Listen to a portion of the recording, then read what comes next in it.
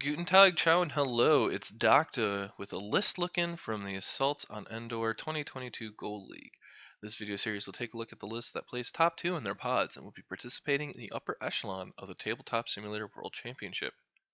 We have Sam.S here. Sam.S, if you do not know, is the reigning Vassal World Cup champion with a win over Louis Andre in a really good match. That was a phenomenal game. It could have gone either way up until the very end. Anyways, Sam was in pod 12 and he came out on top with 21 points and a 2-to-1 win-loss ratio there. So good job, Sam, topping the pod again. Let's take a look at the list he did it with.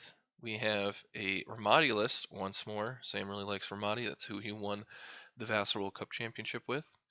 And he's got 4 activations and 6 deployments. So, kind of on the lower end of, I guess it's about in the median of the activation spectrum, but lower end of the deployment spectrum for sure.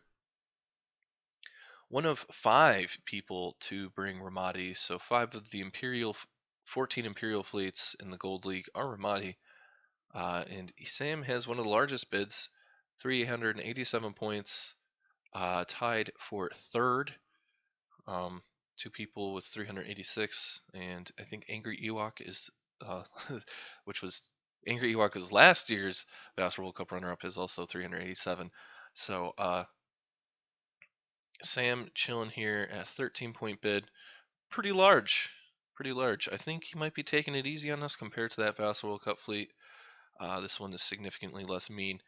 Let's take a look at it in detail. So we have an Interdictor Suppression, of course, with Romodi. I feel like these two go hand in hand because, of course, he has Grav Shift Reroute and targeting Scrambler. Grav Shift Reroute, letting him move the obstacles around to set up those obstructions with Romodi, controlled the objectives. Really good upgrade all around. The chassis is really what holds the Interdictor back, and that means it's a well-designed ship. We have engine techs and disposable capacitors, point defense ion cannons, and the Interdictor title designed to refresh Captain Brunson, so or targeting Scrambler, depending. But possibly Brunson, possibly targeting Scrambler. It depends, and then it gives Sam's options, and that's the last thing you want to give Sam. He's a really good player, so he'll make the wise choice 99% of the time. We have an Arquitens with Needa and TRC. Pretty classic build here. Great way to throw more damage. And we all have Arquitens with slave turrets and Krennic. This one's interesting. I think this one makes a lot of sense though, because with Romodi you're getting that extra red die. So now you're at 5 red dice. Now when you throw in a 6th red die with concentrate fire dial, you have a lot of dice you probably need to re-roll, and that's where Krennic fits in. So I think Krennic makes sense here. Again, kind of controversially, is it garbage? Is it not?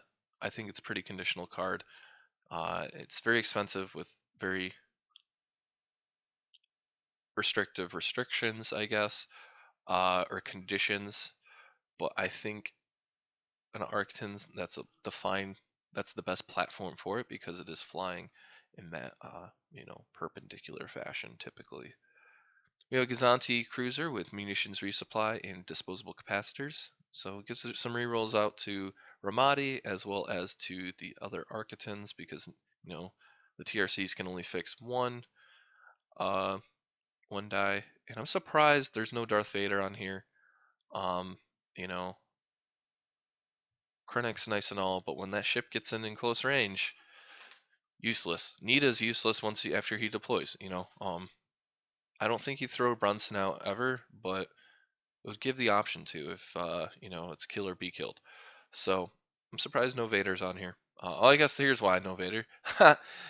We have Colonel Jendon, Darth Vader, Maarek Stele, and Tel Trevura as the 4 squadrons in Sam's fleet. So obviously Colonel Jendon and Maarek Stele, best friends. Darth Vader joining the party here. they're having a good time on the battlefield, blowing things up. And Tel Trevura is there to make sure Darth Vader doesn't die too early. Maarek Stele can kind of hold his own at least for a turn, but Darth Vader only have the one brace, has a harder time sometimes. So pretty typical squad ball here from the Imp's perspective. And overall, a good fleet.